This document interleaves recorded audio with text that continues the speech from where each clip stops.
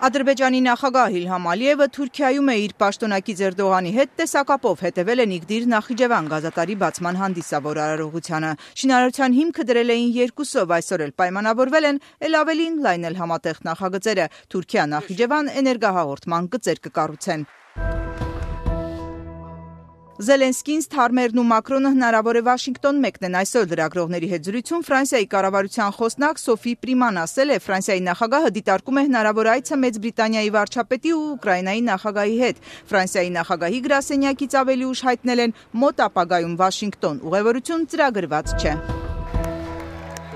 Միացյալ Նահանգների նախագահ Դոնալդ Թրամփը կոնգրեսին հղած առաջին ուղերձում հայտնել է Ուկրաինայի նախագահից ազդակ ունի խաղաղ բանակցությունների պատրաստակամության մասին։ Աշխատում եմ Ուկրաինայում դաժան հակամարտությունը դադարեցնելու համար, ասել է Թրամփը։ Նահանգների նախագահը պատերազմն ավարտելու իր ծրագիրը չի բացահայտել, Ռուսաստանի ներխուժումն Ուկրաինա ագրեսիա չի որակել։ Որոշ դեմոկրատներ դահլիճը լքել են, երբ Թրամփն սկսել է խոսել Ուկրաինայից։ Իդեպ Միացյալ Նահանգները դադարեցրել է Ուկրաինայի հետ հետախուզական տվյալների փոխանակումը, սա կարող է լրջորեն բարդացնել ուկրաինական զինուժի կողմից ռուսական օբյեկտներին հարվածելու կարողությունը, գրում է Financial Times-ը, հողմանելով ամերիկյան իր աղբյուրներին։